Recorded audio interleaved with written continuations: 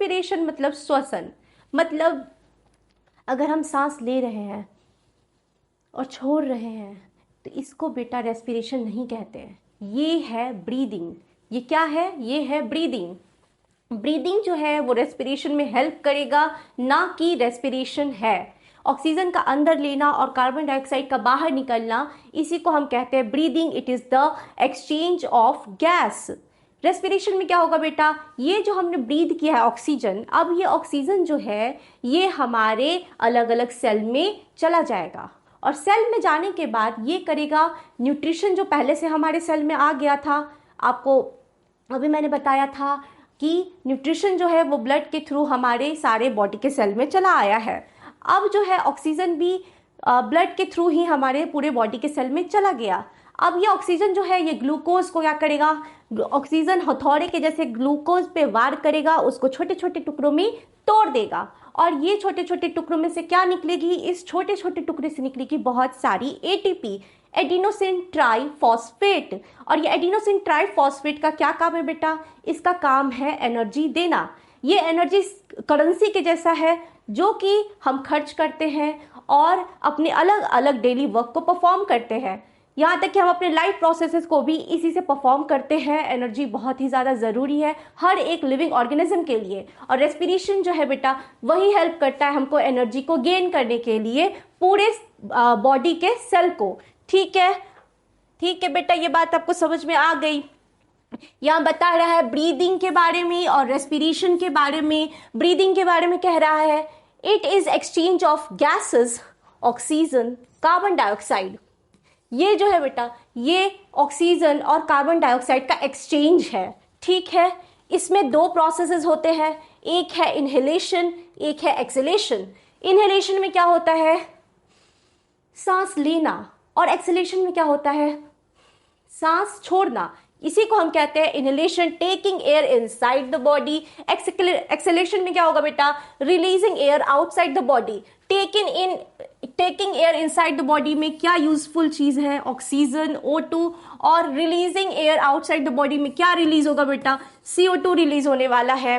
Respiration के बारे में कह रहा है the process by which organism break down glucose. मैंने अभी बताया था ऑर्गेनिज्म जो है वो ब्रेक डाउन करेंगे ग्लूकोज का। किसके प्रेजेंस में होगा? ये होगा ऑक्सीजन के प्रेजेंस में। और क्या निकलेगी इससे? इससे निकलेगी बहुत सारी एटीपी जो कि क्या है? Energy currency of the cell है।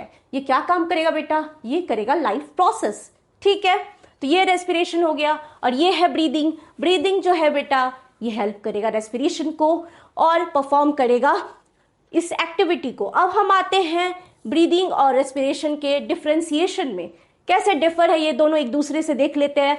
सबसे पहले बेटा नेचर की बात करें, ब्रीदिंग के नेचर की बात करें तो ये एक फिजिकल प्रोसेस है और रेस्पिरेशन बेटा ये एक बायोकेमिकल प्रोसेस है। बेटा जी फिजिकल प्रोसेस मतलब फिजिकल प्रोसेस का मतलब बेटा कि ऐसे प्रोसेसेस जो एक बार परफॉर्म हो जाता है तो फिर वो वापस उसी फॉर्म में, वो जो प्रोडक्ट उसमें यूज हुआ है वो वापस उसी फॉर्म में आ जाएगा।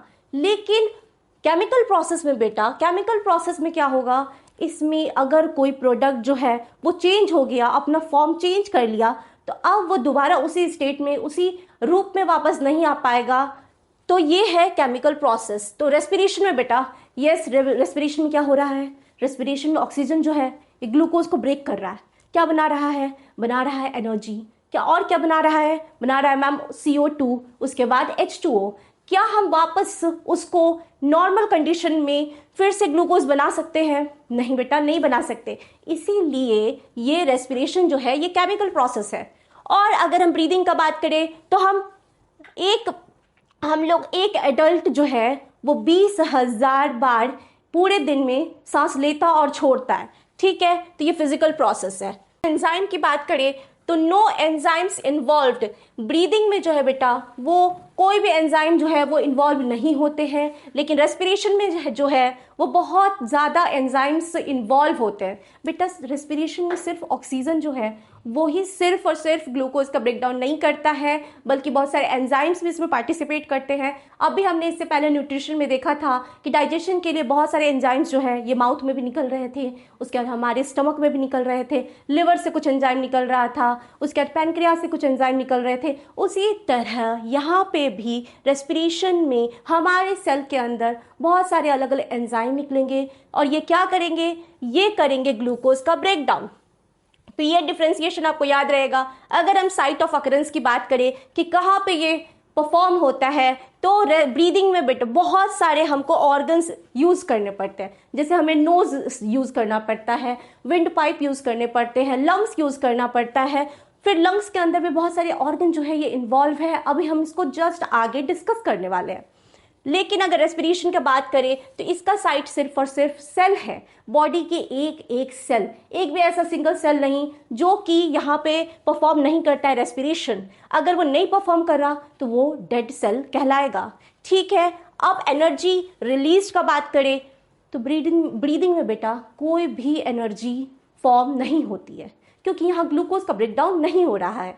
और इनफैक्ट यहाँ पे एनर्जी जो है वो यूज ही होगी, क्योंकि ये एक लाइफ प्रोसेस है और लाइफ प्रोसेस में एनर्जी जो है वो यूज होता है।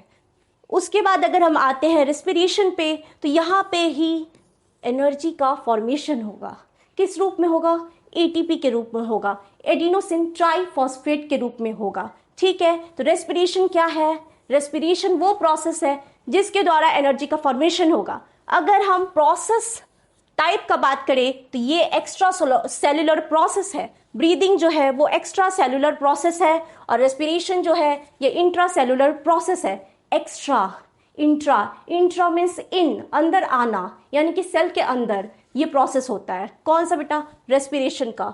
और अगर हम बात करें ब्रीदिंग का, एक्स्ट्रा मीन्स बाहर, तो ये एक्स्ट्रा सेलुलर मतलब कि ये सेल के बाहर होता है। ये सब कॉज ये सेल के बाहर होता है क्योंकि ये ऑर्गन्स परफॉर्म करते हैं। ठीक है, ये याद रहेगा। Breathing extra cellular process, respiration intra cellular process. अब इसके मेन फंक्शन की बात करें तो इसमें क्या होता है? इसमें गैसेस एक्सचेंज होता है। जो यूजफुल एयर है, जो फ्रेश एयर है, ये अंदर जाते हैं, इनहेल होते हैं। और जो फाउल एयर है, फाउल एयर मतलब कि CO2 से भरा हुआ एयर जो हमारी यूज का नहीं है, ये कहाँ चला जाएगा? बॉडी के बाहर चला जाएगा। रेस्पिरेशन में क्या हो रहा है? रेस्पिरेशन में ऑक्सीडेशन हो रहा है। किसका? फूड का।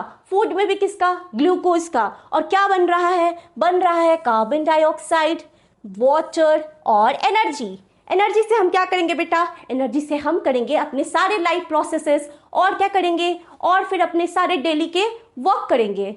ओके, ब्रीदिंग और रेस्पिरेशन का ये टॉपिक आपको याद कर लेना है। एग्जाम में यहां से कुछ क्वेश्चंस पूछे जा सकते हैं।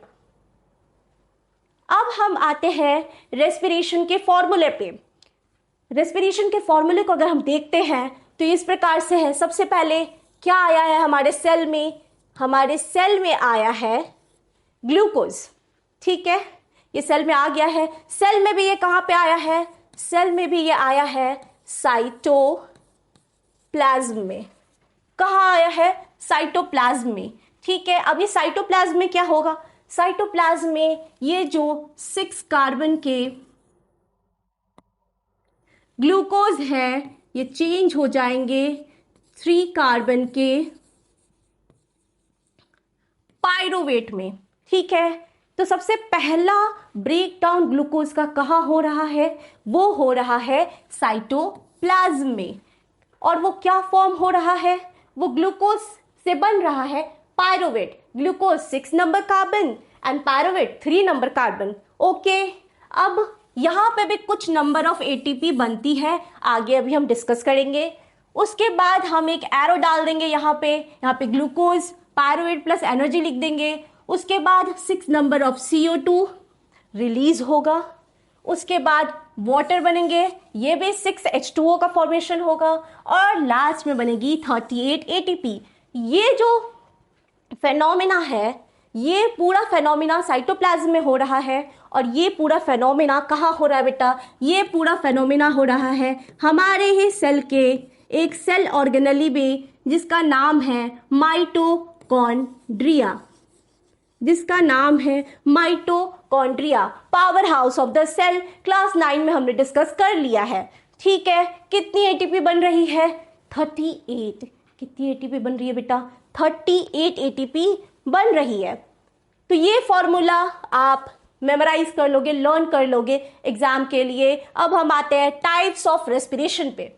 ऑक्सीजन के प्रेजेंस के according there are 2 types of respiration. Oxygen अगर नहीं प्रेजेंट है, ऑक्सीजन एब्सेंस है, तो that is anaerobic respiration. Oxygen यहाँ पे प्रेजेंस नहीं है। और अगर ऑक्सीजन प्रेजेंट है बेटा, तो ये है एरोबिक रेस्पिरेशन। ओके ओके, तो यहाँ देख रहे हैं oxygen take place in the presence of oxygen. अगर ऑक्सीजन नहीं है तो एन एरोबिक, ऑक्सीजन है एरोबिक। ठीक है, उसके बाद यहाँ पे एरोबिक रेस्पिरेशन में बेटा ग्लूकोज जो है वो साइटोप्लाज्म में पायरुवेट में चेंज होता है।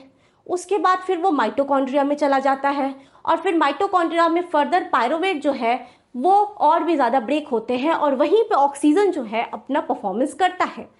वहाँ पे ऑक्सीजन क्या करता है? इस पायरुवेट को पूरी तरीके से ब्रेक डाउन कर देता है। इसका हो जाता है कंप्लीट ब्रेक डाउन।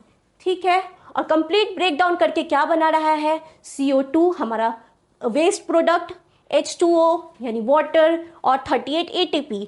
बट अगर मान लेते हैं कि कोई ऐसे ऑर्गेनिज्म है जिनके जो ऑक्सीजन लेते ही नहीं है, वो ब्रीद ही नहीं करते ऑक्सीजन, तो क्या होगा? तो वहां पे होगा partially break down of glucose. और क्या बनेगा? वहां बनेगा अल्कोहल या फिर लैक्टिक एसिड। ये अभी हम फर्दर आगे और डिस्कस करेंगे इस पे। तो आपको ये याद रखना है कि अगर ऑक्सीजन जो है वो एब्सेंट है तो एनएरोबिक, अगर ऑक्सीजन प्रेजेंट है एरोबिक, अगर ग्लूकोज कंप्लीटली ब्रेक डाउन हो रहा है एरोबिक, कंप्लीटली ब्रेक डाउन नहीं हो रहा, पार्शियली ब्रेक डाउन हो रहा है तो एनएरोबिक। उसके बाद एनर्जी कंप्लीटली ब्रेक डाउन, मतलब कि एनर्जी भर भर के मिलने वाली है, more energy ATP is released, और पार्शियली में लेस एनर्जी इज रिलीज्ड। अभी हम डिस्कस करेंगे कि कितनी एटीपी बन रही है पार्शियली वाले में। ठीक है, अब ऑक्यूरेंस की बात करें तो बेटा ये जो एरोबिक रेस्पिरेशन है ये हम करते हैं, ठीक है, और प्लांट्स करते हैं और बाकी एनिमल्स करते हैं।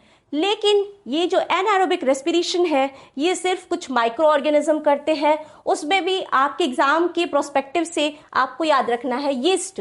ठीक है, याद रखना है यीस्ट। यीस्ट जो है बेटा ये एक यूनिसेलुलर ऑर्गेनिज्म है। आपने ब्रेड खाया ही है, वो जो ब्रेड है वो फूल जाता है। ये ब्रेड कैसे फूल जाता है? तो ब्रेड फैक्ट्री में क्या होता है, जैसे ही आटे को गूंदा जाता है, मैदे को गूंदा जाता है, उसमें बहुत सारे यीस्ट डाल दिए जाते हैं। और ये यीस्ट क्या करता है? ये यीस्ट जो है पूरे रात भर करता है एनएरोबिक रेस्पिरेशन। एनएरोबिक रेस्पिरेशन में ग्लूकोज का पार्शियली ब्रेक डाउन करेगा और बनाएगा CO2 ढेर सारा। ठीक है, और ये CO2 क्या है? ये बहुत लाइट गैस है, ये ऊपर की तरफ जाएंगे और हमारे ब्रेड को क्या कर देंगे? हमारे ब्रेड को फुला देंगे, जिससे कि वो स्पंजी हो जाएगा। ठीक है, और क्या रिलीज होगा इसमें एनारोबिक रेस्पिरेशन में? तो रिलीज होते हैं इथेनॉल, अल्कोहल।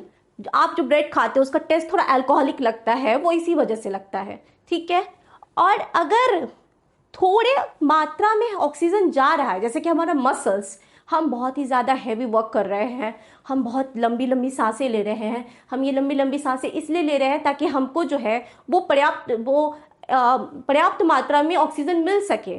ठीक है, लेकिन ऑक्सीजन नहीं मिलने की वजह से ये मसल्स जो है ये ऑक्सीजन के एब्सेंस में, मतलब लैक ऑफ ऑक्सीजन में क्या करने लगते हैं? ये लैक्टिक एसिड का फॉर्मेशन करने लगते हैं। अभी हम ये दोनों के बारे में डिटेल में डिस्कस करेंगे। आपको याद रखना है कि एनाएरोबिक रेस्पिरेशन यीस्ट और मसल्स सेल एनिमल्स का, और एरोबिक रेस्पिरेशन में मोस्ट प्लांट एंड एनिमल्स। ठीक है, ठीक है बेटा। तो तो अब हम बात करेंगे ग्लूकोज का जो है वो ब्रेक डाउन साइटोप्लाज्म में कैसे हो रहा है। ग्लूकोज का जो ब्रेकडाउन है वो साइटोप्लाज्म में पायरोवेट में होता है। ठीक है, यहाँ ग्लूकोज जो है ये 6 कार्बन के मॉलिक्यूल है और पायरोवेट जो है वो 3 कार्बन का मॉलिक्यूल है। यहाँ पे भी एनर्जी मिल रही है लेकिन ये बहुत ही कम है। उसके बाद ये अलग अलग पाथवे में चला जाता है। ये जो फ्लो चार्ट है बेटा, ये फ्लो चार्ट हमारे एनसीईआरटी बुक में दिया हुआ है, इसीलिए हम इसको यहाँ पे पढ़ रहे हैं। तो इस फ्लो चार्ट में बता रहा है कि अगर जैसे ही साइटोप्लाज्म में ये पायरोवेट में ग्लूकोज जो है वो बदल गया तो उसके बाद फिर ये अलग अलग जगह पे जा सकता है। अगर ये माइटोकॉन्ड्रिया में गया है तो वहां पे ऑक्सीजन प्रेजेंट है। अगर ये माइटोकॉन्ड्रिया में गया तो ऑक्सीजन प्रेजेंट है, तब यहाँ पे क्या होगा, तो उस समय में ये पायरोवेट बदल जाएगा कार्बन डाइऑक्साइड में, H2O में, और निकलेगी एनर्जी। और अगर ये हमारे मसल सेल में चला गया और मसल सेल में जहाँ पे ऑक्सीजन जो है वो कम है, लैक ऑफ ऑक्सीजन है, ऑक्सीजन है बट कैसा है, कम है, तो क्या होगा, तो फिर ये लैक्टिक एसिड का फॉर्मेशन करेगा, एनर्जी बनेगी लेकिन कम बनेगी। और अगर ये किसी यीस्ट सेल में हो रहा है जहाँ ऑक्सीजन बिल्कुल ही नहीं है, बिल्कुल ही खत्म है वहाँ ऑक्सीजन, तो क्या होगा, तो बनेगा इथेनॉल और बनेंगे कार्बन डाइऑक्साइड और थोड़े ही मात्रा में बनेगी एनर्जी। ठीक है, यहाँ लिखा है glucose is first break down into pyruvate into the cytoplasm releasing some energy. Glucose जो है वो साइटोप्लाज्म में ब्रेक डाउन हो जाएगा और पायरोवेट में ब्रेक डाउन हो जाएगा और कुछ एनर्जी वहां पे निकलेगी। उसके बाद ये जो है पायरोवेट ये ऑक्सीजन की अवेलेबिलिटी में पूरी तरीके से ब्रेक डाउन हो जाते हैं। उसके बाद फिर this process help the body release energy in different conditions. ये बात समझ में आ गई। अब हम आते हैं टाइप ऑफ एनाएरोबिक रेस्पिरेशन में। टाइप ऑफ एनाएरोबिक रेस्पिरेशन, जैसा कि अभी मैंने आपको बताया था, अगर लैक ऑफ ऑक्सीजन है तो फिर ये करता है लैक्टिक फर्मेंटेशन, और अगर पार्शली लैक ऑफ है तो ये करेगा लैक्टिक फर्मेंटेशन, और अगर बिल्कुल ही नहीं है, बिल्कुल ही ऑक्सीजन नहीं है, तो ये करेगा अल्कोहलिक फर्मेंटेशन। बोल रहा है it is the process of incomplete breakdown of sugar into ethanol CO2 to release energy.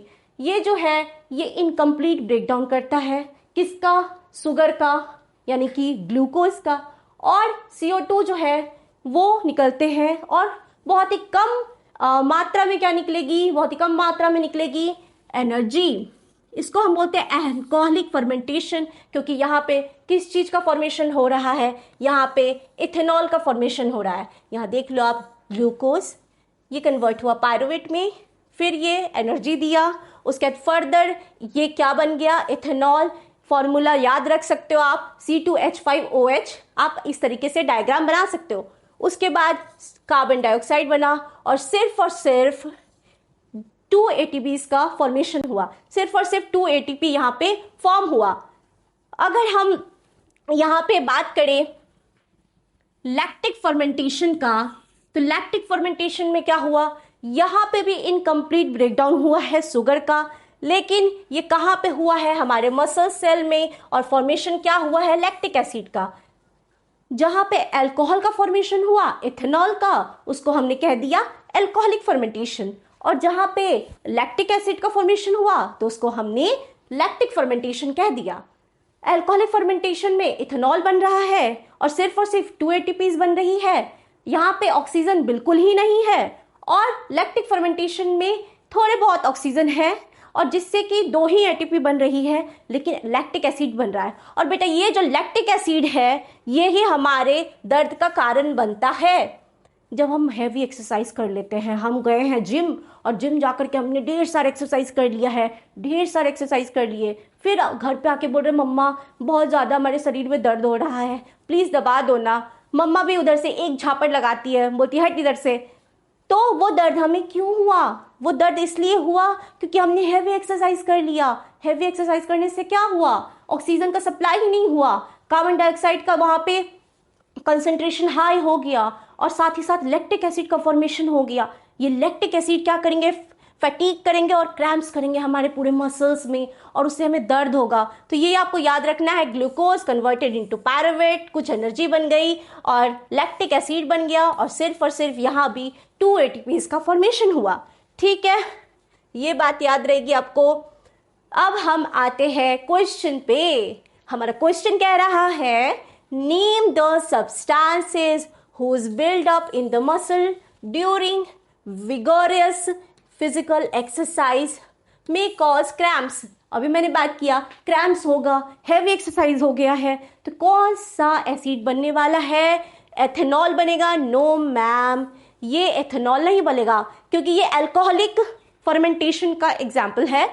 Lactic acid, yes ma'am, lactic acid और कुछ एनर्जी। कितने एनर्जी बेटा? कमेंट सेक्शन में बताओ कितने एनर्जी बनेंगे? 2 ATP बनने वाला है। ठीक है, अब हम आ रहे हैं अपने नेक्स्ट क्वेश्चन पे। क्वेश्चन कह रहा है, which gas is released during anaerobic respiration in yeast.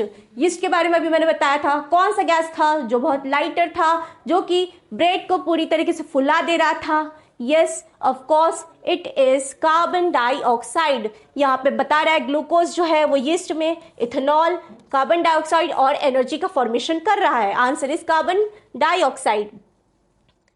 Next question कह रहा है, एक बच्चा है, वो 400 मीटर रेस में पार्टिसिपेट किया है और फिर जैसे ही रेस कंप्लीट हुआ है वो बच्चा पूरी तरीके से थक गया है। वो लंबी लंबी सांसें ले रहा है। उसका दोस्त उसको देख रहा है, अरे भाई ये इतनी लंबी लंबी सांसें ले रहा है, इसका पूरा चेस्ट जो है वो एकदम फूल रहा है, सिकुड़ रहा है, उसके नाक जो है वो फिर फूल रहे हैं, सिकुड़ रहे हैं।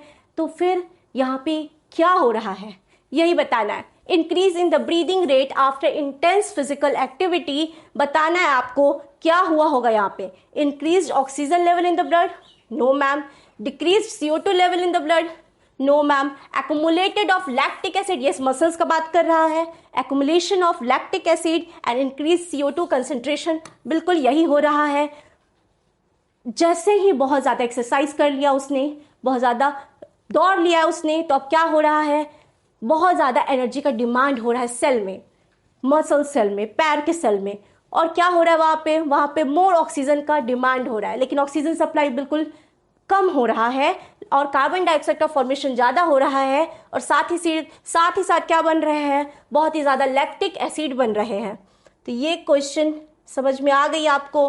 अब हम आते हैं नेक्स्ट क्वेश्चन पे। बोल रहा है complete the following pathway showing the breakdown of glucose. इसमें आपको बताना है, पाथवे को कंप्लीट करना है। एक्चुअली मैंने पाथवे कंप्लीट कर दिया है, बट फिर भी आपको बताना है कि 1 नंबर में यहाँ पे क्या आएगा और यहाँ पे क्या आएगा। देखते हैं इसको। ग्लूकोज का ब्रेकडाउन बोल रहा है, ग्लूकोज का ब्रेकडाउन साइटोप्लाज्म में होगा। किस चीज का फॉर्मेशन होगा बेटा? फॉर्मेशन होगा पायरोवेट का। तो सबसे पहले हम 1 नंबर में क्या लिखेंगे? पायरोवेट। और दूसरे नंबर में प्रेजेंस ऑफ O2। यहाँ पे बेटा O2 प्रेजेंट है, मतलब ये माइटोकॉन्ड्रिया में एक तो हो रहा है और ऑक्सीजन भी प्रेजेंट है। किस चीज का फॉर्मेशन होगा? कार्बन डाइऑक्साइड का फॉर्मेशन होगा। क्या हो गया ओए? कार्बन डाइऑक्साइड का फॉर्मेशन होगा। किस चीज का फॉर्मेशन होगा? कार्बन डाइऑक्साइड का फॉर्मेशन होगा। अब हम आते हैं अपने नेक्स्ट क्वेश्चन पे। नेक्स्ट क्वेश्चन नहीं है बेटा, ये नेक्स्ट टॉपिक है, दैट इज ह्यूमन रेस्पिरेशन। यानी कि हमारे और आपके बारे में बताया जा रहा है कि हम जो है वो कैसे रेस्पिरेशन करते हैं, कैसे हमारा ऑक्सीजन अंदर जाता है और फिर किस प्रकार से ऑक्सीजन जो है वो एक पूरा का पूरा पैसेज को फॉलो करेगा और फिर कैसे वो ऑक्सीजन डिजॉल्व होगा हमारे ब्लड में और फिर कैसे वो पूरे सेल के पास चला जाएगा। उसके बाद CO2 का फॉर्मेशन होने के बाद किस प्रकार से वो वापस जो है वो लंग्स में आएगा और फिर नाक के द्वारा निकल जाएगा। तो इसी के बारे में हम पढ़ने जा रहे हैं। इसमें बहुत सारा ऑर्गन जो है वो पार्टिसिपेट करता है और इस फंक्शन को स्मूथ बनाता है। तो सबसे पहले हम देखते हैं इसमें अलग अलग जो ऑर्गन्स पार्टिसिपेट कर रहे हैं उसके बारे में। सबसे पहले बेटा ये है हमारा नजल पैसेज। ये है हमारा नजल पैसेज। नजल पैसेज में क्या होगा, यहाँ से एयर जो है ये अंदर जाएंगे, ठीक है, एयर जो है वो अंदर जाएंगे। तो सिर्फ नाक के द्वारा ही तो एयर जो है वो अंदर नहीं जाता है, लिटिल अमाउंट में जो है एयर वो माउथ के द्वारा भी अंदर जाता है। तो माउथ के द्वारा भी, माउथ कैविटी से कुछ एयर जो है वो अंदर जाते हैं। अब ये एयर एक पार्ट में आ जाते हैं जिसका नाम है फेरिंग्स। इसका नाम है फेरिंग्स। और इस फेरिंग्स के बाद ये फर्दर दूसरे पार्ट में चले जाते हैं जिसका नाम है लैरिंग्स। ये है फेरिंग्स, ये है लैरिंग्स। बेटा ये याद कैसे रहेगा? तो आपको याद रखने का एक ट्रिक है कि प्रॉफिट एंड लॉस, पहले प्रॉफिट फिर लॉस, पहले P then L, profit loss, पहले फेरिंग्स फिर लैरिंग्स। तो पहले फेरिंग्स है। फेरिंग्स जो है ये कॉमन पैसेज है माउथ कैविटी का और नसल पैसेज का, ठीक है। फेरिंग्स है वो कॉमन पैसेज है माउथ कैविटी का भी और नसल कैविटी का भी, ठीक है। उसके बाद ये आ गया है लैरिंग्स में। हमारे एयर जो है ये लैरिंग्स में आ गए हैं और फूड जो है ये इधर चला जाता है, जो कि फूड पाइप हमारा बेटा जो है वो पीछे हो जाए, पीछे की तरफ है, और विंड पाइप जो है वो आगे की तरफ है, ठीक है। तो यही यहाँ शो कर रहा है, ये है हमारा फूड पाइप और ये है हमारा विंड पाइप, ठीक है। अब ये विंड जो है ये इधर आ जाएगा। इस लैरिंग्स के बारे में एक और बात जाननी है हमें। लैरिंग्स में जो है वो वोकल कॉर्ड होता है। लैरिंग्स में हमारे वोकल कॉर्ड होता है। ये जो मैम इतना बोल रही है, ये जो आप पूरे दिन चपर चपर करते हो, ये किसकी वजह से करते हो? ये करते हो बेटा लैरिंग्स में प्रेजेंट वोकल कॉर्ड की मदद से। तो ये याद रहेगा आपको, वोकल कॉर्ड कहाँ प्रेजेंट है? लैरिंग्स में। अब यहाँ पे एक चीज़ हमको देखनी है। इस एरिया में, मैं इसको थोड़ा इरेज कर देती हूँ। इस एरिया में मान लेते हैं यहाँ से हमने फूड ले लिया अगर, तो ये फूड जो है ये यहाँ जाना है, और अगर फूड यहाँ चला गया तो क्या होगा? तो बहुत बड़ा लफड़ा लग जाएगा, यहाँ तक कि डेथ भी हो जाएगी। खाना लंग्स में, कभी कभी हम सड़क जाते हैं ना, वो इसी वजह से हो जाता है। ये खाना जो है यहाँ पे फंस जाता है, जिसकी वजह से हम जोर जोर से खांसते हैं, मम्मी हमारे सर को थपथपाती है, और फिर थोड़ी देर बाद वो जो खाना चला गया था वो हमारे मुंह में आ जाता है। तो इस चीज़ को प्रिवेंट कौन करता है कि खाना जो है ये विंड पाइप में नहीं आ जाए, फूड पाइप में जाए? इसको कौन प्रिवेंट करेगा? इसको रोकता है एक लीफ के जैसा स्ट्रक्चर जिसका नाम है एपिग्लॉटिस, जिसका नाम है एपिग्लॉटिस। ये लीफ के जैसा स्ट्रक्चर है, ये ढक्कन के जैसा है। जैसे ही फूड यहाँ आता है, जैसे ही फूड यहाँ आता है, ये ढक्कन बंद हो जाता है, ये गिर जाता है ढक्कन, ये ढक्कन गिर जाता है, ढक्कन गिर गया, फूड इधर चला आया, ढक्कन उठ जाएगा, फूड यहाँ पे है, जैसे ही फूड यहाँ आएगा ढक्कन गिर जाएगा और ये सेपरेट हो जाएगा, यहाँ से इधर खाना नहीं आएगा, ठीक है। ये बात याद रहेगा। ये है एपिग्लॉटिस, ढक्कन के जैसा है, ये लीफ के जैसा, पत्ती के जैसा, ऐसे करके बंद होगा, ठीक है। एपिग्लॉटिस समझ में आ गया। अब विंड जो है ये लैरिंग्स के बाद आएगा ट्रैकिया में। कहाँ आएगा? ट्रैकिया में। ट्रैकिया जो है ये रिंग ऑफ कार्टिलेज से ढका हुआ है। किससे ढका हुआ है? रिंग ऑफ कार्टिलेज से। ये रिंग ऑफ कार्टिलेज का क्या फंक्शन है? रिंग ऑफ कार्टिलेज जो है ये ट्रैकिया को सिकुड़ने से बचाता है। ये ट्रैकिया को ऐसे पकड़ करके रखता है और इसी प्रकार से उसको बनाए रखता है। अगर ट्रैकिया नहीं रहेगा, रिंग ऑफ कार्टिलेज नहीं रहेगा, तो ये क्या हो जाएगा? ये कोलैप्स कर जाएंगे और विंड जो है वो अंदर नहीं जा पाएगा, एयर अंदर नहीं जा पाएगा, ठीक है। तो ये ट्रैकिया, रिंग ऑफ कार्टिलेज का फंक्शन हम समझ गए। अब ट्रैकिया जो है ये फर्दर दो पार्ट में डिवाइड होने वाला है। यहाँ पे जैसे कि पेड़ होता है बेटा, एक पेड़ का स्टेम होता है, पेड़ के स्टेम को हम मान लेते हैं यहाँ पे ट्रैकिया। ये पेड़ के स्टेम के जैसा है ट्रैकिया। फिर इसके ब्रांचेस हैं, जैसे पेड़ में तो बहुत सारे ब्रांचेस होते हैं उसी प्रकार से, लेकिन यहाँ पे जो है यहाँ पे सिर्फ 2 ब्रांचेस में ट्रैकिया डिवाइड हो जाता है, जिसका नाम है ब्रोंकाई। ये फिर फर्दर ब्रोंकाई जो है, सबसे पहले ये ब्रोंकाई कहाँ एंटर कर जाएंगे? ये एंटर कर जाएंगे हमारे लंग्स में। कहाँ एंटर कर जाएंगे? ये एंटर कर जाएंगे हमारे लंग्स में। कौन एंटर कर रहा है लंग्स में बेटा? ब्रोंकाई एंटर कर रहा है लंग्स में। ट्रैकिया जो है ये 2 पार्ट में डिवाइड हो गया है। अब ये ब्रोंकाई जो है ये फर्दर बहुत सारे छोटे छोटे छोटे छोटे ब्रांचेस में डिवाइड हो जाएंगे और लंग्स के एकदम डीप में चले जाएंगे, एकदम सुरंग की जैसे अंदर घुस जाएंगे। और इसको क्या बोला गया? इसको बोला गया ब्रोंक्यूल्स। ये दोनों क्या थे? ब्रोंकाई। और ये दोनों, ये सभी क्या है? ये जो छोटे छोटे टहनियां हो गई वो क्या है? वो है ब्रोंक्यूल्स। याद रखना बहुत इजी है, दो है छोटा रहेगा, ब्रोंकाई। बहुत सारे हैं बड़ा रहेगा वर्ड, ब्रोंक्यूल्स। ठीक है, ब्रोंकाई ब्रोंक्यूल्स। तो ये ब्रोंकाई ब्रोंक्यूल्स। अब ब्रोंक्यूल्स जो है ये फर्दर छोटे छोटे बहुत सारे गुब्बारे जैसे छोटे छोटे स्ट्रक्चर में फॉर्म हो जाते हैं।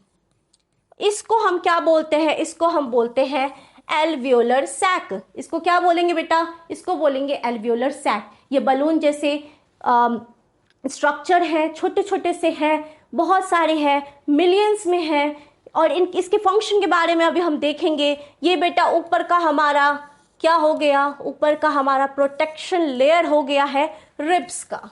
ठीक है, और ये लास्ट में ये है हमारा मसल्स डायफ्राम।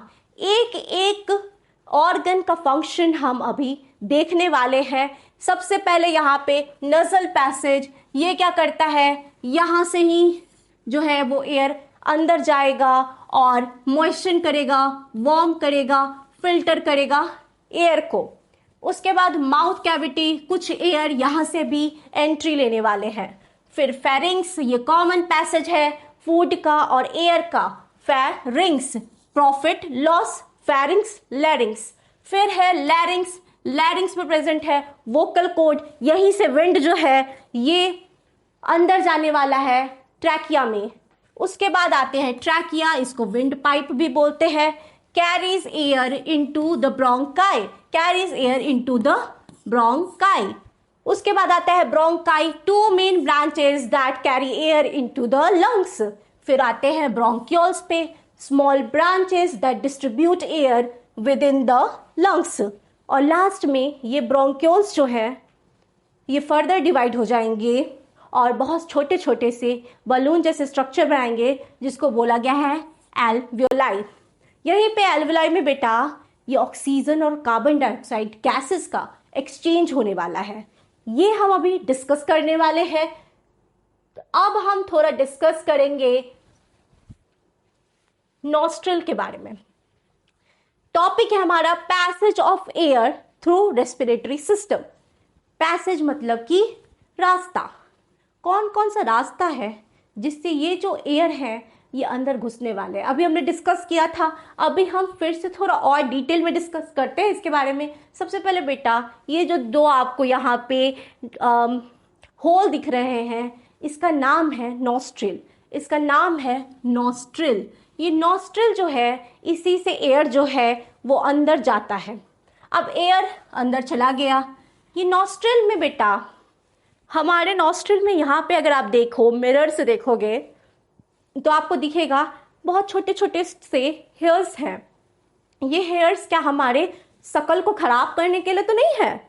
नहीं, हेयर्स का ये काम नहीं है, हेयर्स का काम बदसूरत बनाना नहीं है। हेयर्स जो है ये जो हमारे एयर के साथ डस्ट जा रहे हैं उसको फिल्टर करना है ताकि वो डस्ट हमारे लंग्स में जाके कलेक्ट नहीं हो जाए और हमें हार्म नहीं करे। ठीक, तो यहाँ पे हेयर प्रेजेंट है, ये फिल्टर करते हैं। म्यूकस, हमारे नाक से पानी भी निकलता है, कभी कभी आप खाते रहते हो और आपके नाक से पानी निकलने लगता है, तो वो पानी का क्या काम है? ये भी बेटा क्या कर रहे हैं? बैक्टीरियाज को, इन्फेक्शियस माइक्रोब्स को रोकने का काम करते हैं। तो नॉस्ट्रिल का ये दोनों पार्ट आप याद रखोगे। फिर आते हैं नजल पैसेज पे, ये हमारा बेटा ये हमारा हो गया नजल पैसेज, ये हमारा हो गया नजल पैसेज। और ये है हमारा नॉस्ट्रिल, ये है हमारा नॉस्ट्रिल, यहां लिखा नहीं है।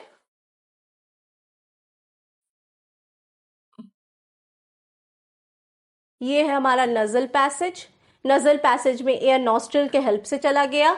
फिर आते हैं, it is a channel of air flow through the nose. ये चैनल है, अभी हमने डिस्कस कर रखा था, ये करता है एयर को वार्म कर देता है टेम्परेचर मेंटेन करने के लिए, उसके बाद मॉइस्चन करता है, थोड़ा सॉफ्ट करता है, मॉइस्चराइज करता है उसको, फिर फिल्टर कर देता है एयर को। यहाँ पे भी कुछ एयर जो है वो फिल्टर हो जाते हैं। उसके बाद आते हैं हम फेरिंग्स पे। कॉमन पाथवे है किसके लिए? फूड के लिए और एयर के लिए, फेरिंग्स। और फिर हम आते हैं लैरिंग्स पे। लैरिंग्स जो है वो ट्रैकिया से कनेक्टेड है। यहाँ पे लैरिंग्स जो है बेटा ये ट्रैकिया से कनेक्टेड है, इसमें वोकल कोड होता है, ये सब हमने डिस्कस कर लिया है। उसके बाद हम आते हैं ट्रैकिया पे। Tube that connects larynx to bronchi. ये ट्यूब जो है ये कनेक्ट्स है लैरिंग्स से ब्रोंकाई तक, इसी को हम ट्रैकिया कहते हैं, इसी को हम कह रहे हैं ट्रैकिया। अब हम आते हैं air passage inside the lung. ये मेन टॉपिक है, इस पे हम डिस्कस करने वाले हैं। अब air passage inside the lung, air जो है अब लंग में जा चुका है, ये ट्रैकिया के बाद, ब्रोंकाई के बाद अब ब्रोंक्यूल्स में जा रहा है।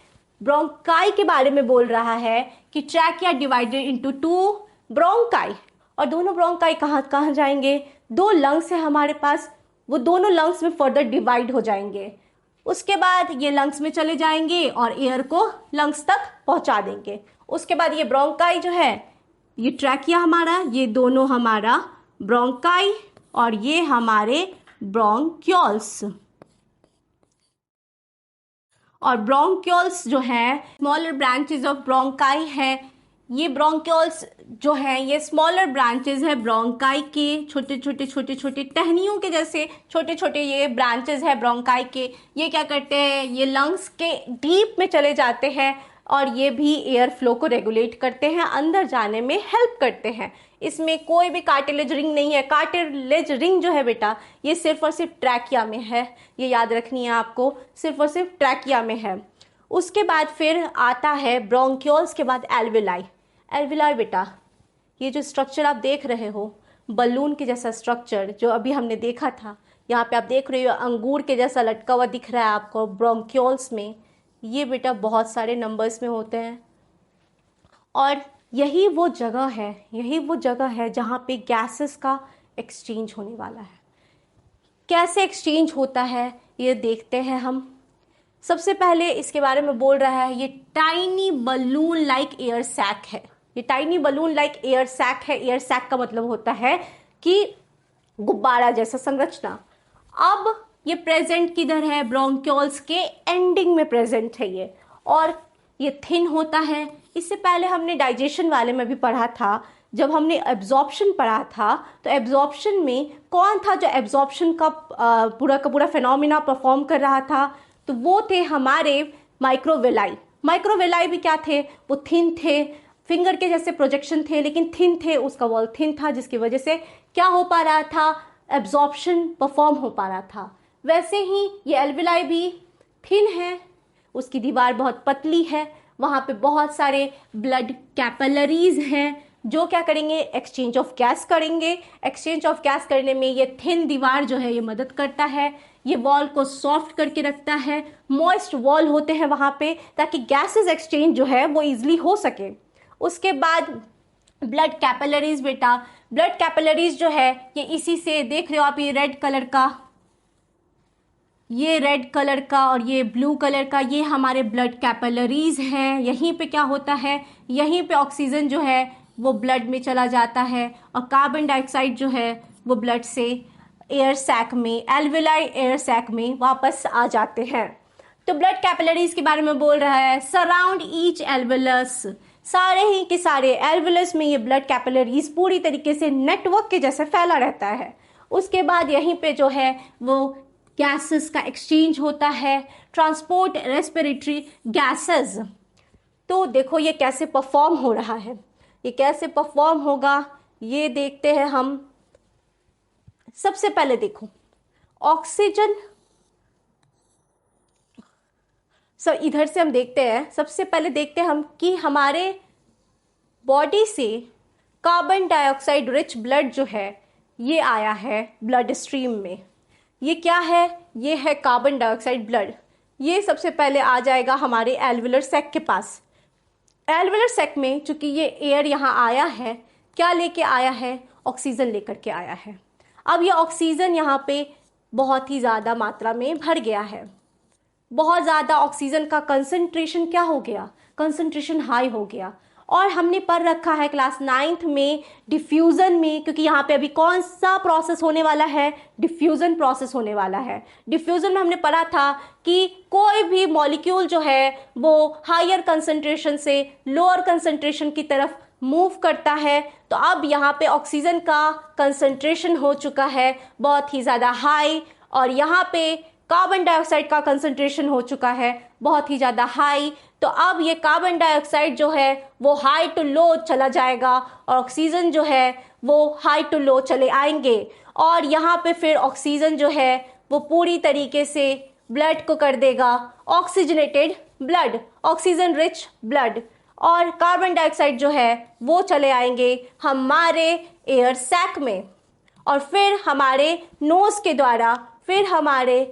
के द्वारा ये कार्बन डाइऑक्साइड वापस इन्वायरमेंट में निकल जाएंगे।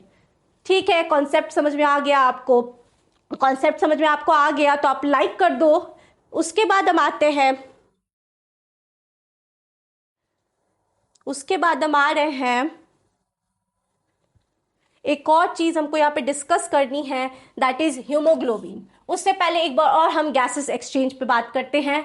ऑक्सीजन जो एल्वुलर गैस एक्सचेंज में क्या हो रहा है?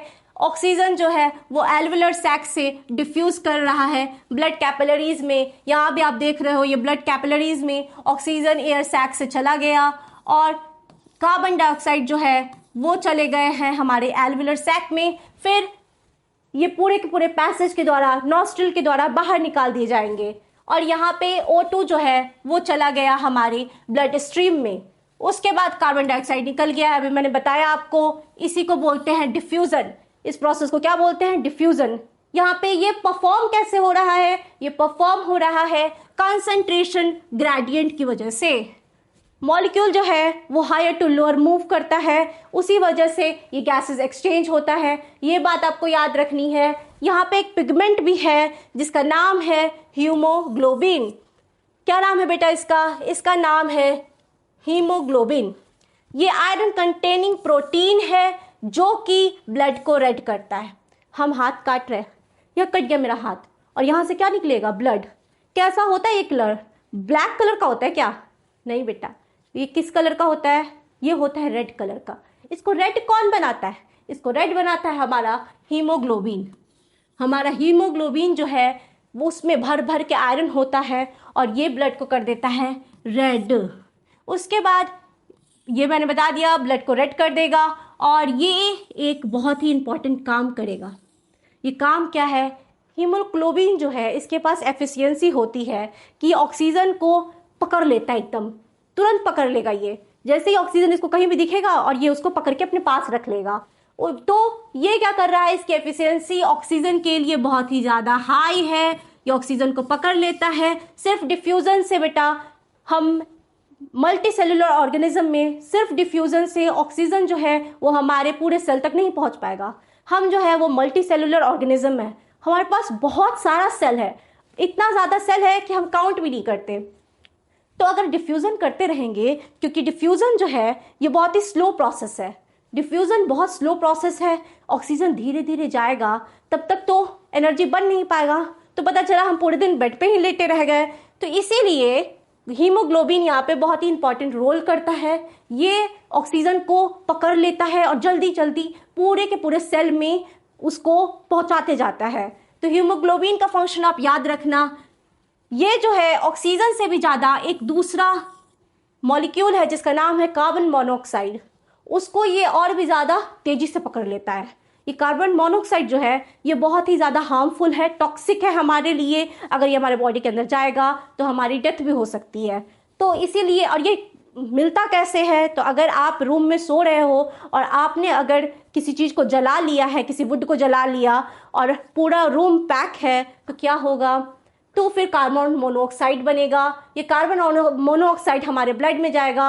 ये टॉक्सिक है, ये बहुत ही ज़्यादा टॉक्सिक है, जिस वजह से ये हमारे बॉडी को हार्म करेगा और लोगों की डेथ भी हो जाती है इस वजह से। मोस्टली ये ठंडे के टाइम पे होता है। ठीक है, हीमोग्लोबिन का फंक्शन समझ गए। अब हम समझते हैं हमारे थर्ड मैकेनिज्म है यहाँ पे ब्रीदिंग मैकेनिज्म, मतलब इनहेलेशन एंड एक्सहेलेशन। अगर आप सांस लेते हो, अभी आप थोड़ी देर सांस लेकर के देखो, सांस लिया हमने, हमारा क्या हुआ, हमारा चेस्ट कैविटी जो है ये फूल गया, और जैसे ही सांस छोड़ा चेस्ट कैविटी क्या हो गया, चेस्ट कैविटी डाउन हो गया। रिब्स जो है ये डाउन मूव कर गए और इसमें रिब्स जो है ये अप मूव कर गए। उसके बाद डायफ्राम जो है, जैसे हम सांस लेते हैं, मान लेते हैं ये हमारा लंग्स है और हम सांस ले रहे हैं, नीचे एक मसल्स है जिसका नाम है डायफ्राम। डायफ्राम ऐसे रिलैक्स था जब हम सांस नहीं ले रहे थे। जैसे ही डायफ्राम नीचे गया, इसने चेस्ट कैविटी को क्या कर दिया, बड़ा कर दिया। कैविटी जो है वो इंक्रीज हो गया। चेस्ट कैविटी हमारा क्या हो गया, चेस्ट कैविटी हमारा इंक्रीज हो गया। जैसे ही बेटा चेस्ट कैविटी जो है वो इंक्रीज होता है, चेस्ट जो है वो बढ़ता है, हमारा जो एयर का प्रेशर है अंदर में वो हो जाता है लो। प्रेशर अगर एयर का अंदर लो हो गया है और इन्वायरमेंट में एयर प्रेशर हाई है, तो आप बताओ कि क्या होगा, कोई भी चीज हायर से लोअर की तरफ मूव करेगा और यहाँ से नॉस्ट्रिल से जो एयर है वो अंदर आ जाएगा। तो डायफ्राम जैसे ही फ्लैटन होगा, एयर प्रेशर लो होगा, एयर प्रेशर लो होगा, तो फिर एयर का फ्लो अंदर की तरफ होगा, ऑक्सीजन हमारे एल्वियोलाई सैक तक पहुंच जाएगा। ठीक है, इसमें क्या होगा, जैसे ही एयर अंदर आ गया, अब होगा एक्सहेलेशन। जो CO2 है वो बाहर निकल जाएंगे। CO2 जैसे ही बाहर निकलेगा, हमारा ये जो डायफ्राम है ये क्या हो जाएगा, फिर से रिलैक्स कर जाएगा, डोम शेप में वापस आ जाएगा। Diaphragm relaxes, comes into domes shape. Okay, chest cavity यहाँ पे क्या हो जाएगी, फिर से चेस्ट कैविटी बेटा डिक्रीज हो जाएगी। Now it's a question time. हम लोग क्वेश्चन डिस्कस करने वाले हैं। बोल रहा है आपको रीजन बताने हैं इन सभी चीजों के। पहला है कि rings of cartilage are present in throat. क्यों जो है वो रिंग्स ऑफ कार्टिलेज थ्रोट में प्रेजेंट होते हैं, ट्रैकिया में प्रेजेंट होते हैं। क्यों होते हैं, ताकि जो ट्रैकिया है वो कोलैप्स नहीं कर जाए। ट्रैकिया अगर कोलैप्स कर जाएगा तो फिर एयर जो है वो अंदर नहीं जाएंगे। To keep windpipe means trachea, to keep windpipe and prevent its collapse, और एयर जो है वो अंदर आराम से लंग्स में जाता रहे, इसीलिए रिंग ऑफ कार्टिलेज जो है ये प्रेजेंट होते हैं हमारे ट्रैकिया में। नेक्स्ट क्वेश्चन बोल रहा है lungs away contain a residual volume of air. बेटा ऐसा है कि जैसे ही ऑक्सीजन अंदर आ रहा है, कार्बन डाइऑक्साइड बाहर जा रहा है, तो ऐसा नहीं है कि जब कार्बन डाइऑक्साइड बाहर चला गया, हमने एक्सहेलेशन कर दिया तो पूरा का पूरा लंग्स खाली हो जाता है। ऐसा नहीं है, कुछ एयर हमेशा मेंटेन रहते हैं हमारे लंग्स में, ताकि लंग्स जो है वो कोलैप्स नहीं कर जाए। अगर लंग्स कोलैप्स कर जाएगा, बलून की तरह पूरा हवा निकाल दो, बलून श्रिंक हो जाएंगे, तो फिर ये मैकेनिज्म काम नहीं करेगा। इसीलिए इसमें होते हैं कुछ रेसिडुअल वॉल्यूम ऑफ एयर, कुछ एयर हमेशा प्रेजेंट होते हैं। वही आंसर लिख रहा है to allow continuous exchange of gases and prevent lung collapse. C number question पे हम डिस्कस करने वाले हैं। ये कह रहा है the diaphragm flattens and ribs are lifted up when we breathe in. तो ये किस रीजन से होता है, डायफ्राम जो है ये फ्लैटन हो जाता है और रिब्स जो है ये ऊपर उठ जाते हैं, और हम जब भी ऐसा ब्रीथ करते हैं तभी ऐसा क्यों होता है, to increase chest cavity. Diaphragm जो है ये क्या होते हैं, ये फ्लैटन्स हो जाते हैं, ताकि फ्लैटन्स होने में चेस्ट कैविटी जो है ये बढ़ जाए और प्रेशर क्या बन जाए, प्रेशर बन जाए लो, और एयर जो है वो higher pressure to lower pressure body के अंदर आ जाए। ठीक है, तो ये एक्सचेंज ऑफ गैसेस परफॉर्म हो जाता है। चेस्ट कैविटी जो है उसका वॉल्यूम इंक्रीज हो जाता है, लो प्रेशर बन जाते हैं, और एयर जो है ये एयर आ जाएगा हमारे लंग्स के अंदर।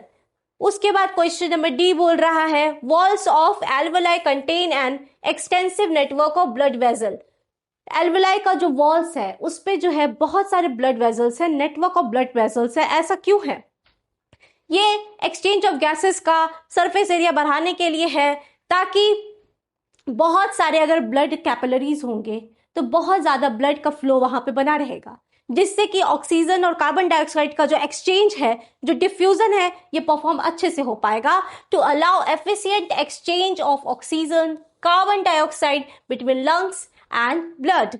ओके, ये बात आपको समझ में आ गई है।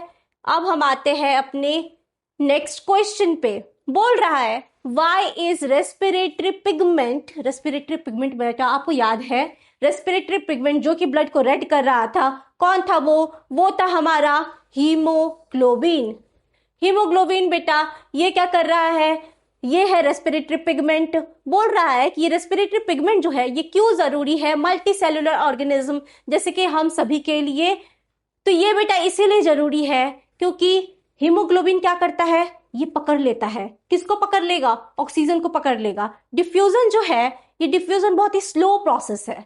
डिफ्यूजन मल्टीसेलुलर ऑर्गेनिज्म के लिए सफिशिएंट नहीं है ऑक्सीजन का सप्लाई करने के लिए, क्योंकि हमें बेटा चाहिए बहुत ज्यादा एनर्जी। इस एनर्जी का ब्रेकडाउन जब तक ग्लूकोज का नहीं होगा एनर्जी नहीं बनेगा। ग्लूकोज का ब्रेकडाउन करने के लिए ऑक्सीजन चाहिए, और इसीलिए यहाँ पे हीमोग्लोबिन जो है ये हीरो बनकर के आ गया है और क्या कर रहा है, बहुत सारे ऑक्सीजन को सप्लाई कर रहा है हमारे सेल्स में। यही बता रहा है in multicellular organism with large body sizes diffusion alone is not sufficient. Diffusion अकेले सफिशियंट नहीं है to supply oxygen to all body cell efficiently. Hence a respiratory pigment like hemoglobin is required. hemoglobin क्या करता है? Blood को red colour देता है, ये बात हम याद रखेंगे। उसके बाद ये है इसका जो एफिनिटी है ऑक्सीजन के लिए, ये है हाई, जिससे कि ऑक्सीजन को पकड़ लेगा, चुंबक की तरह अपने अंदर चिपका लेगा। उसके बाद ये ऑक्सीजन को ऑब्जॉर्व करके लंग्स से पूरे बॉडी के टिश्यूज तक, सेल्स तक भेज देगा, और फिर वहां से ये खुद CO2 को बाइंड कर लेगा और फिर वापस क्या कर देगा, वापस हमारे लंग्स तक ले आएगा। और CO2 जो है बेटा ये फिर हमारे नाक से बाहर चले जाएंगे। ठीक है, ये बात समझ में आपको आ गई। अब हम आते हैं हमारे नेक्स्ट क्वेश्चन पे। बोल रहा है डिस्क्राइब करना है बेटा, ये 5 नंबर में आपके आ सकता है, डिस्क्राइब करने को बोल सकता है। क्या डिस्क्राइब करना है? Exchange of gases in alveoli, and ये भी बताना है कि क्यों ये एल्वेलाई जो है ये ब्लड सप्लाई से हाईली रिच्ड है। ये हमको बताना एक्सचेंज ऑफ गैसेस। इससे पहले भी हमने इसको डिस्कस किया है। सबसे पहले क्या होता है, सबसे पहले एल्वेलाई के बारे में हम लिखेंगे।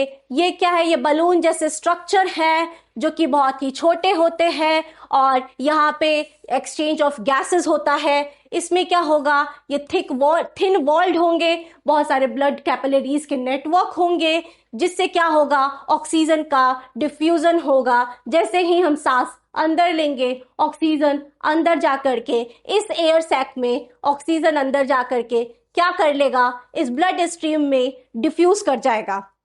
हायर कंसंट्रेशन से लोअर कंसंट्रेशन की तरफ ये अंदर आ जाएगा, और जो CO2 है ब्लड में, वो कहाँ चले जाएंगे, वो चले जाएंगे एयर सैक में, और फिर ये बाहर नाक से निकाल दिए जाएंगे, एक्सहेलेशन हो जाएगा।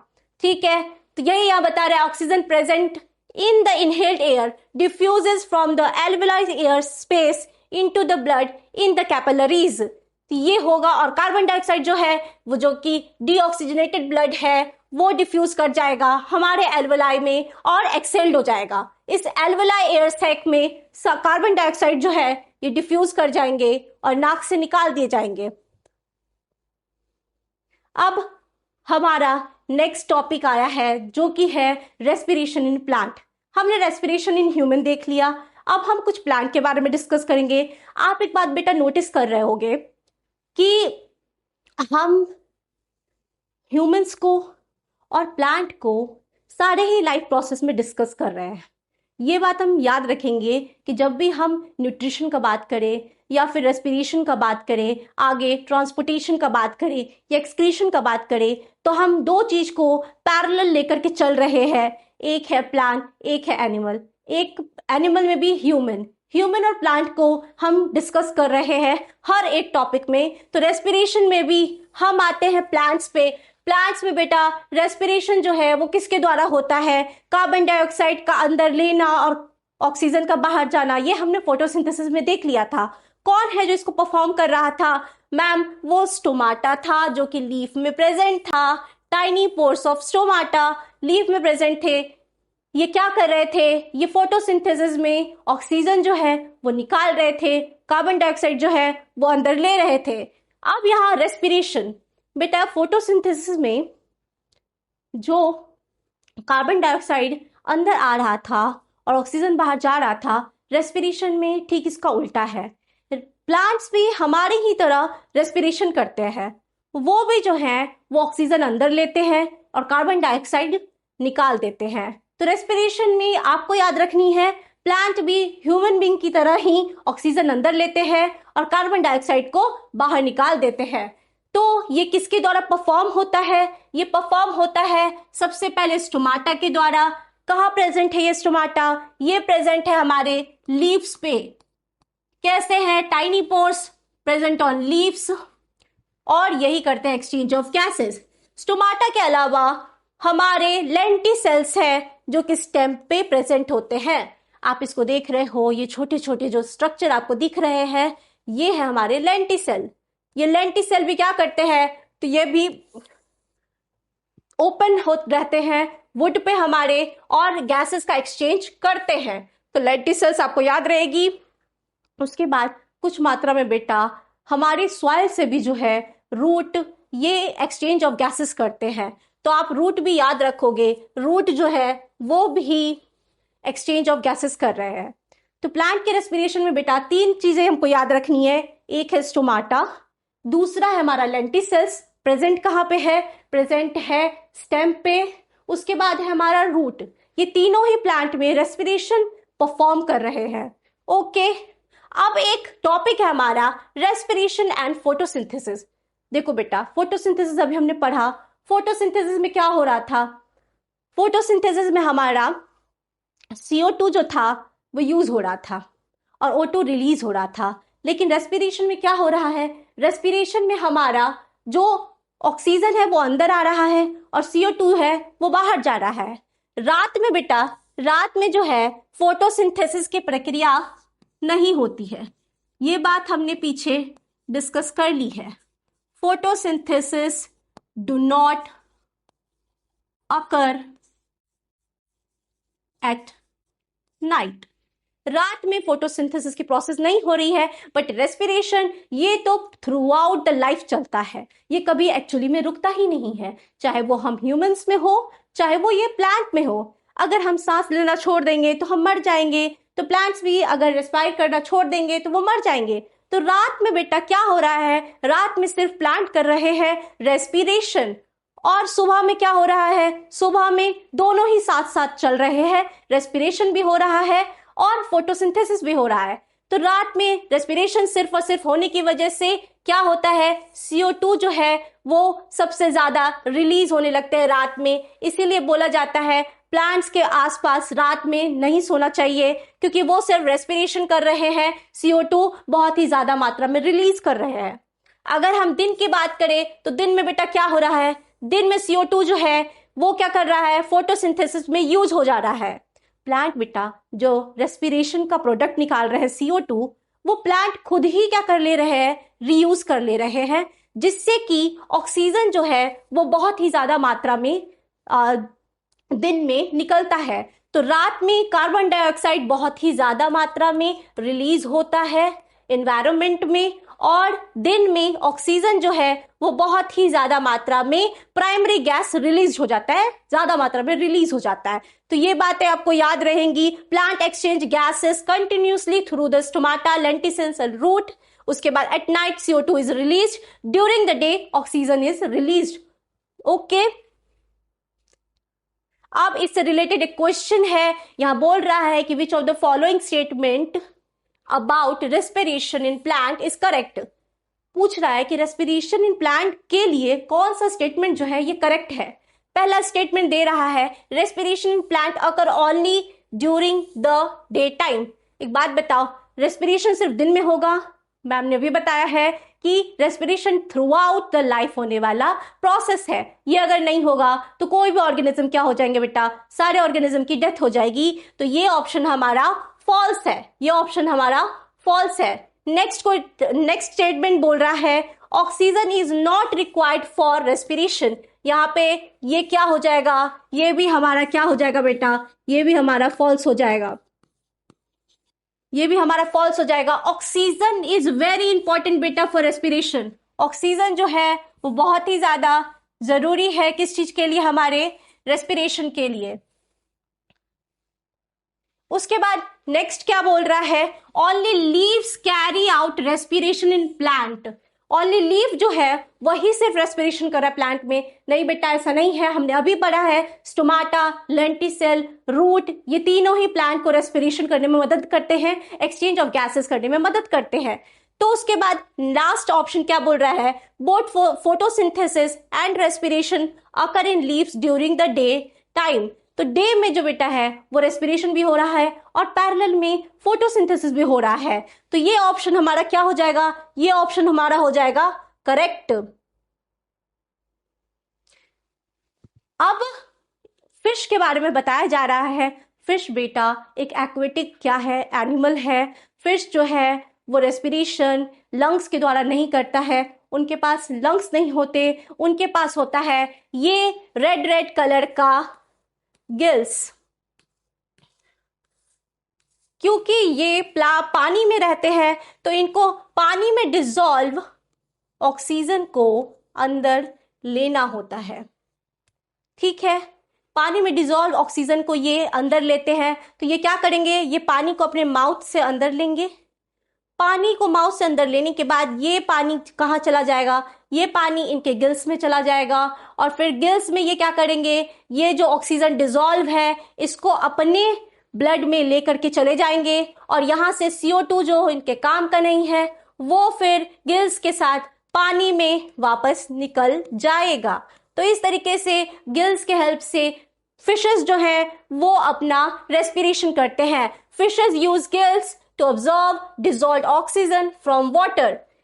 क्वेश्चन क्या बोल रहा है इसमें कि why do aquatic organism have faster breathing rates than terrestrial organism. तो फिशेस, अगर आप फिश खाते हो तो कभी आप मार्केट से फिश लाने गए होगे तो जो जिंदा फिश होता है, जो मरे नहीं होते, आप उसको देखना, उसका ये जो गिल्स वाला एरिया है ये बहुत तेजी से वर्क कर रहा होगा, वाइब्रेट कर रहा होगा। तो एक्चुअली में ये जो एक्वेटिक एनिमल है, फिशेस जो है, ये टेरेस्टेरियल एनिमल्स के, टेरेस्टेरियल एनिमल का मतलब होता है जो लैंड में रहने वाले एनिमल्स है, लाइक वी, लाइक लायन, ये सभी से ज्यादा तेजी से ब्रीद करते हैं। ऐसा क्यों है? ऐसा इसलिए बेटा कि एनवायरनमेंट में जो है वो ऑक्सीजन बहुत ही ज्यादा है, एबंडेंट है, तो हमें सांस लेने में ज्यादा कुछ मेहनत नहीं करनी पड़ती। लेकिन यहाँ पानी में ऑक्सीजन जो है वो कम मात्रा में डिसॉल्व है, जिसकी वजह से इनको बार बार क्या करना पड़ता है? पानी को अंदर लेना पड़ता है, जिसकी वजह से इनका ब्रीदिंग रेट जो है ये फास्टर है हमारे कंपैरिजन में। तो because water has less dissolved oxygen than air. तो इस तरीके से हमारा ये वाला टॉपिक, रेस्पिरेशन टॉपिक, कंप्लीट होता है बेटा।